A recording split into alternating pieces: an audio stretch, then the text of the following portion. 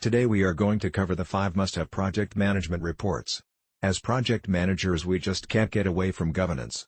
Regardless of how long you have been working as a project manager, at some stage you would have had to generate a report. Possibly as part of a standard requirement from the project management office or directly to the stakeholder. A report could either be automated, via available tools, or by hand. The following is a set of must-have reports and how they should be used with the intended audience. There are several different types of reports to use, but the following 5 are must-haves in your arsenal. The more common types of project reports needed for the successful running of a project are status reports.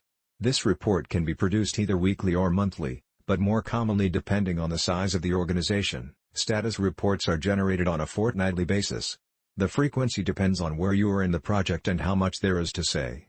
There's not much point reporting daily if your tasks all take over a week, as you won't have any progress to report from day to day. As you will spend a fair amount of time producing status reports, it is worth considering ways to make it faster to write them. Better yet, automate as much reporting as possible. Create a standard status report template or use the one that comes with the project management software used. Another must-have report is the risk register. Many PMs report on risks at least monthly, and the report is normally the output that comes after a risk review meeting. A risk register can be updated at any time. Normally an organization will dictate when it must be done. Also, team members should be encouraged to contribute risks to the log whenever they feel something needs recording. The risk report should include a summary of the risk profile of the project. How it is presented is left to the project manager. A good approach would be to only include the details for the risks that have the potential to create the most problems for the project. Then, include a statement on the lower-level risks, perhaps summarizing how they are being managed.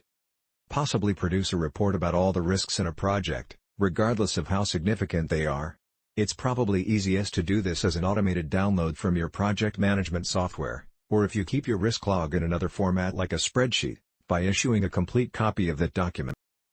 Board or executive reports are definitely required, and should be tailored to the people who are going to read them.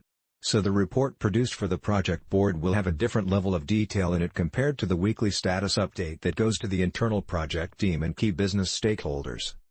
For the project board reports, the information should be of a high level.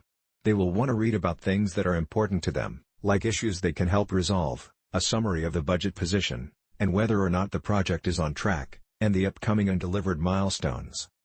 Make sure that the board or steer committee report is in a format that can easily be read.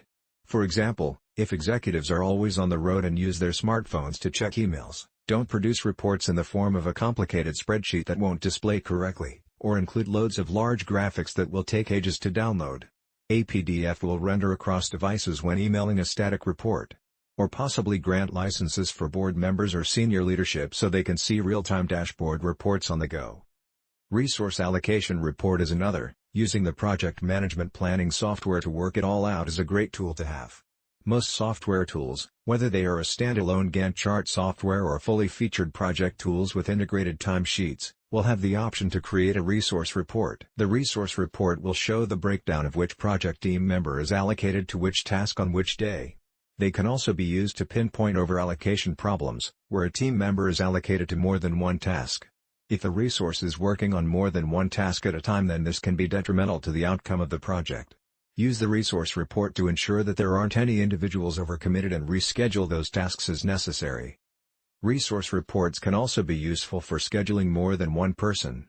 By seeing when someone becomes available, and that is a good sign that they can be given more project tasks at that point. If you compare the resource availability to the project's timeline, you can also plan more efficiently. As one task done by one person ends, you can make sure that someone else is available to pick up the next thing that needs to be done, so the tasks don't stop halfway through waiting for the next person to become available. Overall, resource reports are one of the most useful types of project reports to be had as a project manager, although they can be a bit difficult to interpret at first. It really is worth spending the time getting to know how to read the reports so that you can make changes to your project schedule as appropriate. Finally, a mention of variance reports, ensuring that the project is in fact progressing as planned. That's the beauty of a variance report, as it compares the planned against the actual outcome, providing a metric to measure if you're on track, ahead of schedule or running behind. The variance report will collect and organize the data on what is being compared, whether it be the budget, schedule or scope of the project variable being measured. The variance report gives you the tool to make a variance analysis or a measurable change from the baseline. There are several variance reports, such as cost variance, variance at completion, budget surplus or deficit, scheduled variance and others. Mostly, variance reporting is used in budgetary analysis, trend reporting and spending analysis.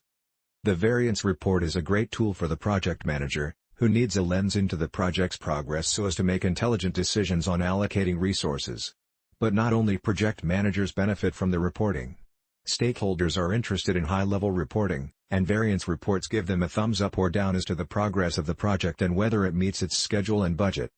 How often you should run a variance report depends on many factors. For example, what kind of project is it? What's its duration? Where is it taking place? The accounting methods a project manager uses will likely be different from project to project, but a regular variance report is a powerful metric to determine the health of your project. It would be great to hear from you on which reports you consider to be valuable. You can download each of the templates free, for your project from the Project Management Companion website. Thank you for watching our must-have project management reports video. Till next time, all the very best on your projects.